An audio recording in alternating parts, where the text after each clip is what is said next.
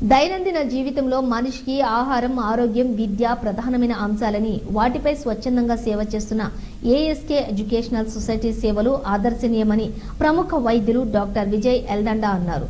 సంగారెడ్డి జిల్లా తెల్లాపూర్ మున్సిపాలిటీ పరిధిలో అమృత Sattaiah Kolluru educational society ప్రాంగణంలోని మంగళవారం మీడియా సమావేశం ఏర్పాటు చేశారు.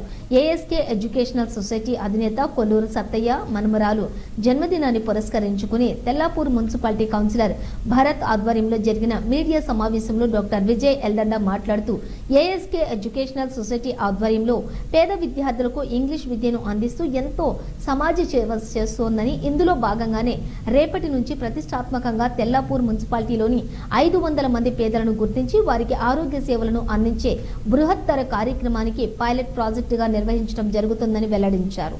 ఈ కార్యక్రమంలోని డాక్టర్ రామచందర్, స్థానిక నాయకులు సతీష్, ఐలేష్, యాదయ్య, జనార్దన్ తదితరులు పాల్గొన్నారు.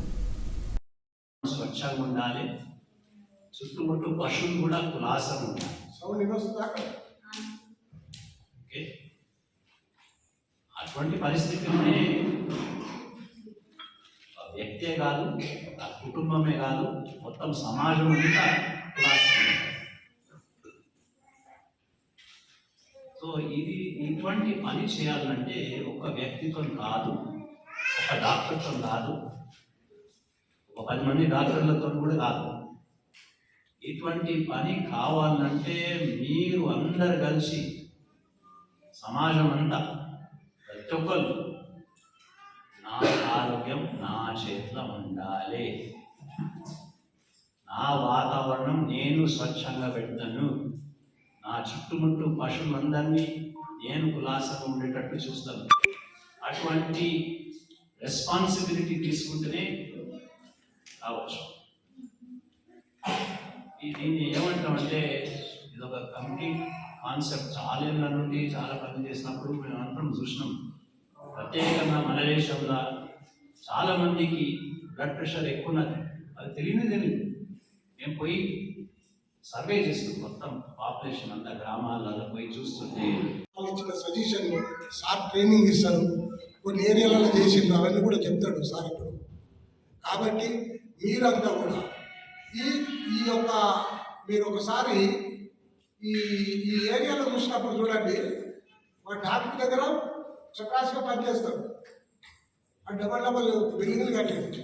పొద్దున్న దాకా కూలీల దగ్గర కూలీల దగ్గర వచ్చేసి వాడు 500 చేసేస్తే ఇక్కడ వాళ్ళు దోసుకపోతాడు. వాడు ఏం చేయడం, గ్లూకోజ్ పెట్టేస్తాడు. ఆ కొబ్బరి పెట్టేది ఆయన గ్లూకోజ్ పెడతాడు, దీనికి ఆడాడు చెప్తాడు. మళ్ళీ ఎవరన్నా ఎక్కువ తక్కువ అయింది అనుకోండి, ఎక్కువ తక్కువ అయితే ఆ కాంటినెంట్లో లేకుంటే ఇక్కడ హాస్పిటల్ అక్కడ కమిషన్ తీసుకుంటారు. అంటే ప్రజలను ఇంత పీల్చి చేసి బతుకుతున్నటువంటి వీళ్ళు ఒక దిగ్గేమో ప్రభుత్వం సారాయి దుకాణాలు కానీ. నేను ఒక విద్యార్థి ఉన్నప్పుడు నేను జమ్ముగా చదువుకున్నా. నేను యూత్ ఉన్నప్పుడు ధర్మం గురించి కొట్లాడినా, నీతి న్యాయం గురించి కొట్లాడినా నా వీలైనంత వరకు. మధ్యతరగతి నా కుటుంబ బాధ్యతలను సమర్థవంతంగా నిలబెట్టిన.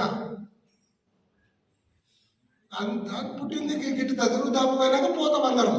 ఈ పైసలు ఉన్నాయి, ఇప్పుడు కోరుకుంటే ఎవడు కట్టిండో ఎవడో మనం ఎంజాయ్ చేసి, చార్మినార్ ఎవడు ఏంటో మనం ఎంజాయ్ చేసి, వాళ్ళంతా కట్టనే నాదన్నప్పుడు మళ్ళీ ప్రజలందరినీ. కాబట్టి ప్రజలను మనమందరం ఏం చేసుకోవాలి, బాగా డబ్బు కూడా పెట్టాలి, రుచి పెట్టుకోవాలి పెట్టాలి. ఇవన్నీ కోరికలు నేను చాలా వేల కోట్లలో చూసిన వాళ్ళ పరిస్థితులు, వాళ్ళ ఇళ్ళ పరిస్థితులు మామూలు ఉండేవి. ఇలాంటి పరిస్థితుల కల్లా నాటి మనిషికి సహకరించాలనేటువంటి దృక్పథంతో ముందుకునేటువంటి మనకు అలాంటి మిత్రులను మనం జమ చేసుకున్నట్టుంటే నా తోడ్పాటు అంతా కూడా నా స్నేహితుడే. అదే ఇక ప్రత్యేకంగా వాళ్ళ జీవితమే కాదు, ఆ మొత్తం కుటుంబం జీవితం అంతా నాశనమే. ఒకసారి కోవిడ్లో ప్రత్యేకంగా మీరు అందరూ చూసినారు కదా, ఎవరికైనా కోవిడ్ వచ్చినా పాపం చాలామంది ప్రాణాలు పోయినాయి. అని వాళ్ళు కోవిడ్ ద్వారా హాస్పిటల్లో పడ్డాక వాళ్ళ కుటుంబం అంతా నాశనం.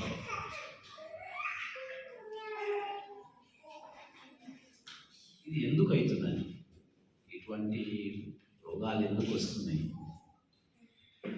ఇటువంటి సమస్యలను ఎట్లా మనము తట్టుకోవాలి. వీటినన్నిటినీ మనం ఆలోచన చేస్తే ముఖ్యంగా మనం ఒకటి మరోసారి స్మరణం చేయాలి. మన భారతదేశంలో పాతకాలం నుండి వైద్యం, ఆరోగ్యం, ఆయుర్వేదం ఎట్లుంది? మన సంస్కృతి ఏంటంటే మన వాతావరణం మంచిగా ఉన్నది, మన భోజనం మంచి. మీ కుటుంబ వివరాలు మీకు సంబంధించిన వివరాలు తీసుకొని అదేవిధంగా మీ ఎత్తు, బరువు, తర్వాత మీకు సంబంధించిన ఫిజికల్ క్యారెక్టర్స్ అంటే ఏవైతే ఆరోగ్యానికి సంబంధించి బిల్డమే ఉంటాయో వాటన్నింటినీ రికార్డు చేసి, వాటితో పాటు మీ షుగర్ని రికార్డు చేసి, మీ బీపీని డాక్టర్ చూపించుకోవాలి. మీకు షుగర్ ఎక్కువ ఉన్నది మీకు చూపించుకోవాలి. మీ బరువు ఎక్కువ ఉన్నది కాబట్టి మీకు మీ వయసుకి, మీ ఎత్తుకి